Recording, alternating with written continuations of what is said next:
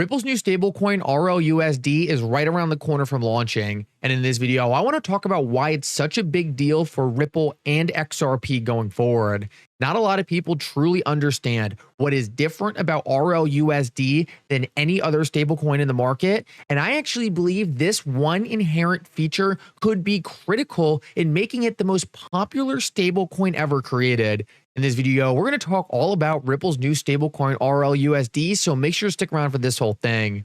Like always, your support means so much to this channel. Thank you to everyone who takes the time to like these videos and subscribe to the channel.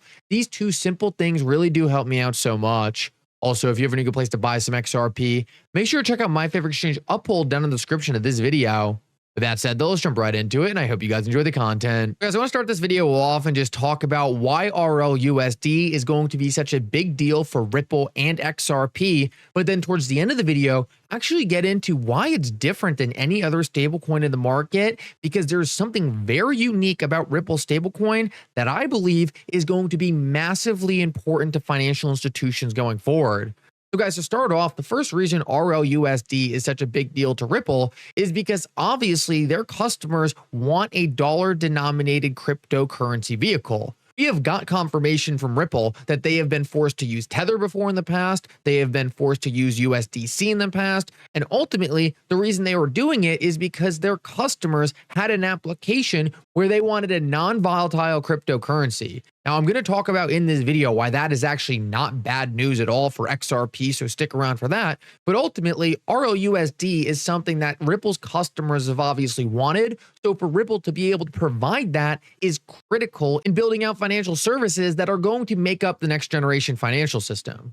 The other reason this is such a big deal is a lot of the reserves of this stablecoin are going to be invested in treasuries. This means that simply by people giving Ripple cash and Ripple minting RLUSD on the blockchain, Ripple is going to then be able to take that cash, invest it in treasuries, and create long-term sustainable cash flows.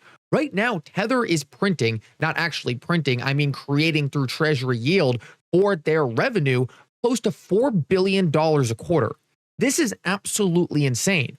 All Tether is doing is taking in money, minting their Tether coin, and in the process of doing that, they are able to earn massive amounts of yield on the total Tether they have created into existence. This is one of the easiest business models on earth. Tether has less than 100 employees, and they're making more a quarter than companies like BlackRock.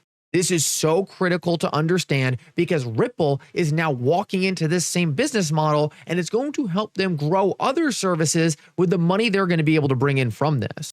Now, when we get into later in this video exactly why RLUSD is so significant in terms of other stablecoins, I think it's really going to open your eyes to if Tether is making this much money now, how much Ripple could make in the future. We're going to get a little bit more into that later, but now I want to get into why this is actually also a very big deal for XRP.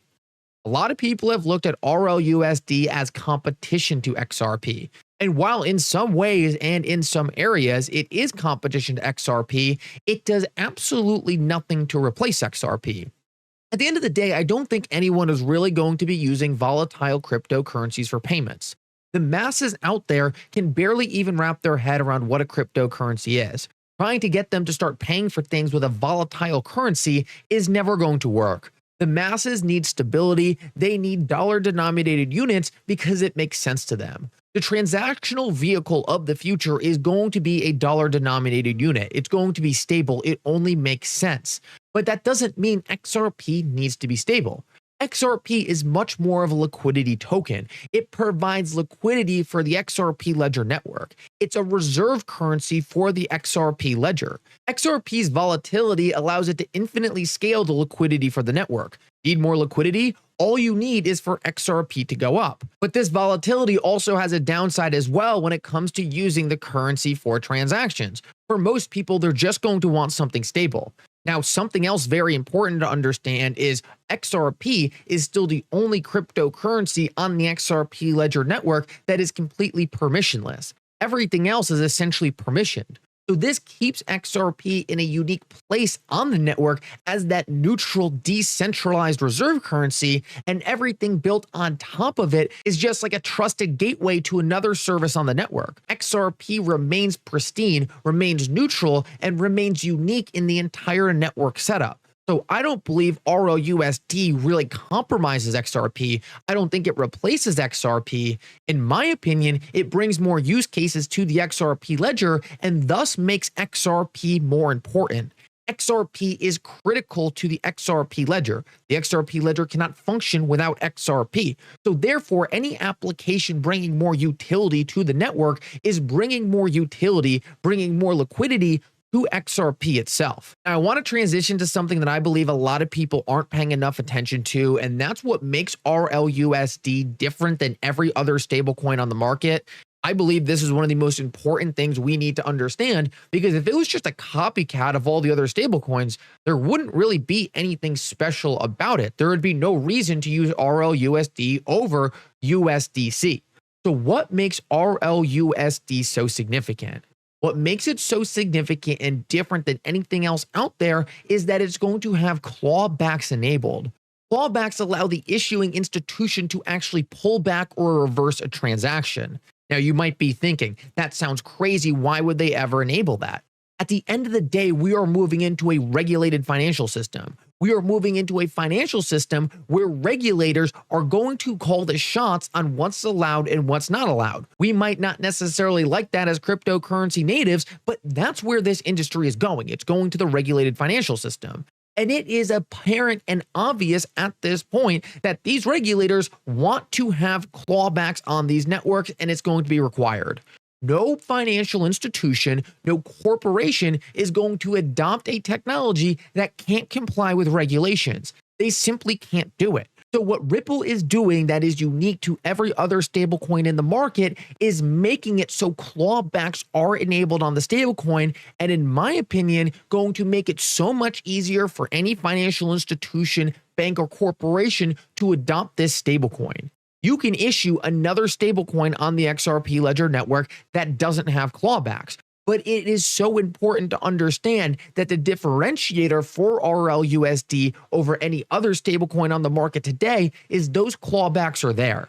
It's important to realize that right now USDC can only freeze funds. They can only stop a transaction, but that doesn't get you your money back. That just freezes the funds in the middle. It leaves them in essentially no man's land. What Ripple is doing with RLUSD, I believe, is a lot more in line with what financial institutions are going to need and require.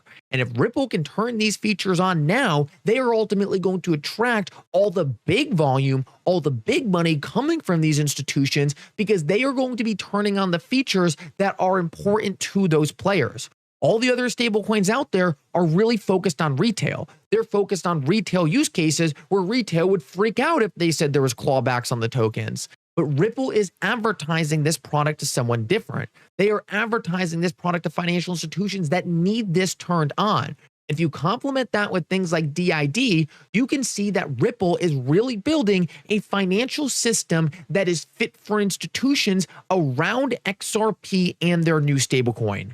XRP for the liquidity and RLUSD for essentially the transactional vehicle. If you can complement the fact that RLUSD is going to be centralized, permission, and essentially institutions can adopt it without any fears, and complement that with XRP being this decentralized neutral liquidity that no one can get into, then right there you essentially have a very powerful combination. Not only do you have a dollar-denominated vehicle that financial institutions can adopt and fits into what they need to comply with regulators, but you also have this neutral reserve asset on the network that is always going to remain neutral, permissionless, and decentralized.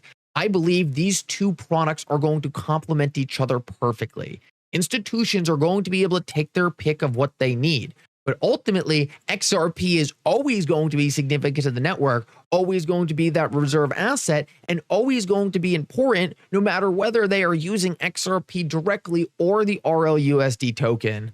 I believe this is absolutely genius by Ripple. And I think moving forward, given the clarity for XRP, given that Ripple beat the SEC in court, institutions are now going to have a much easier choice when it comes to picking what stablecoin they're going to use. they are clearly not going to be using Tether. They might want to use USDC, but now with clawbacks enabled on RLUSD, there's not going to be any good reason to use USDC. And it's so important to know, Circle is never going to be able to turn clawbacks onto their token because their USDC token has to rely on the blockchain it's issued on. Because RLUSD is issued on the XRP ledger and that amendment is already being put forth, this is going to remain a unique feature to RLUSD for a long time going forward at the end of the day, in what I believe is going to make it one of the most important stablecoins on the market, driving value for not only Ripple, but XRP as the reserve asset for the network RLUSD sits. Guys, thank you so much for coming. I really hope this gave you a better understanding of why Ripple's new stablecoin is going to be so significant. This video helped you. Make sure to drop it a like and subscribe. And for now, Mickle out.